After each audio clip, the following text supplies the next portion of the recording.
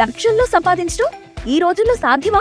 అవును, it's possible. Investment అక్కర్లేదు, risk లేదు. ఇది డబ్ల్యూ కామర్స్ లో ఏదైతే బస్ యాక్సిడెంట్ జరిగిందో నిజంగా చాలా బాధాకరమైన సంఘటన.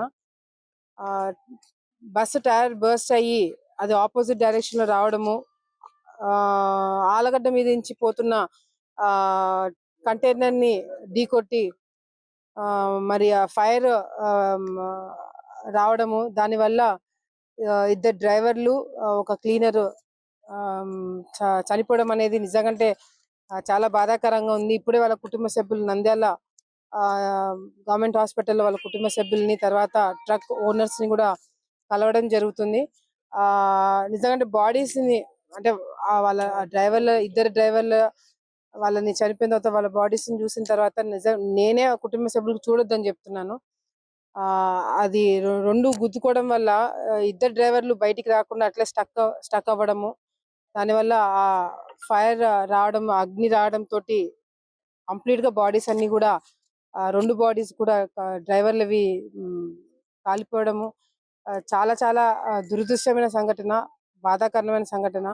ఇటువంటివి మళ్ళీ జరగకుండా ఉండాలి అని నేను యాక్చువల్ గా ఎస్పీ గారితో కూడా ఇప్పుడే ఫోన్ లో మాట్లాడి, కలెక్టర్ తో మాట్లాడి, ముఖ్యంగా ప్రైవేట్ ట్రావెల్స్ ఏవైతే ఉన్నాయో ఆ డ్రైవర్లకి ఎక్కడైనా వీళ్ళు ఏం చేస్తారంటే, కొన్ని చోట్ల ఆర్టీసీ అంటే కొంచెం మనము ట్రాక్ పెట్టుకోవడానికి ఉంటుంది.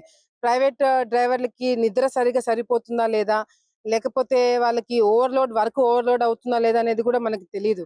సో అటువంటివి కూడా ఏదైనా ఉంటే క్రాస్ చెక్ చేసుకోమని ఈసారి నుంచి డిపార్ట్మెంట్ తరఫు నుంచి కూడా స్ట్రిక్ట్ గా మెయింటైన్ చేయమని చెప్పడం జరుగుతుంది. ఎందుకంటే ఈ 2 నెలల కాలంలోనే ఆలగడ్డ ప్రాంతంలో దాదాపుగా 8-9 మేజర్ యాక్సిడెంట్స్ ప్రైవేట్ ట్రావెల్స్ అవడం జరిగింది. సో ఇవన్నీ అవగాహన ప్రోగ్రామ్స్ ఎన్ని పెట్టినా ఏం చేసినా కూడా డ్రైవింగ్ చేసే వాళ్ళు, డ్రైవింగ్ సీట్ లో కూర్చున్న వాళ్ళు చాలా జాగ్రత్తలు తీసుకోవాలా.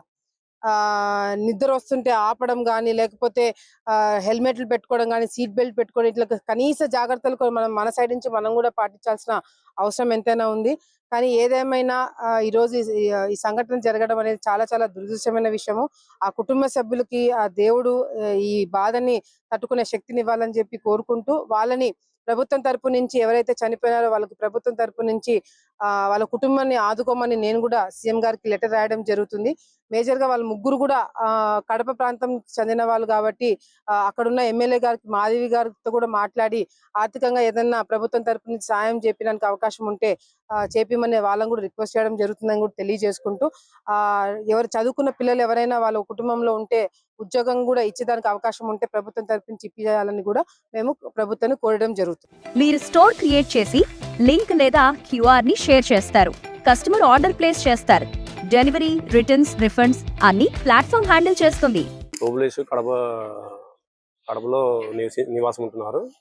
డ్రైవర్ గా పనిచేస్తున్నాడు. దగ్గర 15-20 ఏళ్ళ నుంచి వర్క్ చేస్తున్నాడు. ఈ డ్రైవర్ గా చేస్తున్నాడు.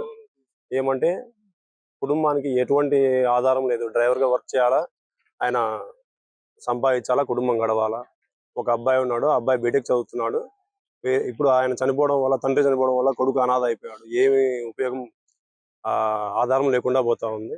ఆయన చనిపోయాడు కాబట్టి గవర్నమెంట్ ఏమన్నా ఆ పిల్లోనికి, ఆ కుటుంబానికి ఆధారంగా అండగా ఉండి ఏమైనా సాయం చేసి ఆ పిల్లోనికి ఏదైనా ఉద్యోగం కల్పించాలని చెప్పి గవర్నమెంట్ కోరుతా ఉన్నాం మీ ద్వారా. డ్రైవర్ మా అల్లుడేనైనా అది కడప అయితే ఆయన డ్రైవర్ గా వచ్చి ఇబ్బంది పడి ఆ టైర్ పగిలి అట్లా ఇబ్బంది అయింది.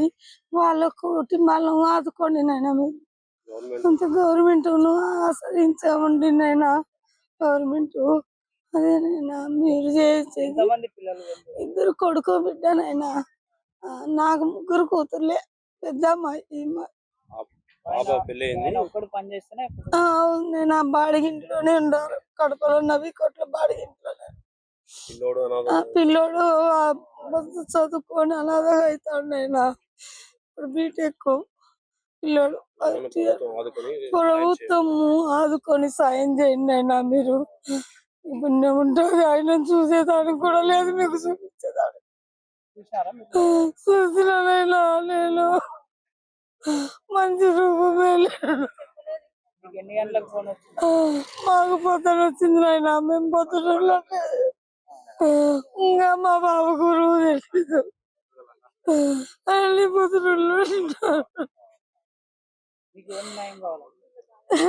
వాళ్ళ కుటుంబానికి పిల్లలు చదువుకు రోడ్డును వాళ్ళకుండా అంతే నేను. హోమ్ మేకర్ అయినా, కంటెంట్ క్రియేటర్ అయినా, కిరాణా షాప్ ఓనర్ అయినా అందరికీ సమాన అవకాశం. భారతదేశం మొత్తం మీద దాదాపు 25,000 మందికి పైగా WCommerce తో స్టోర్స్ నడుపుతున్నారు. Visit www.wcommerce.store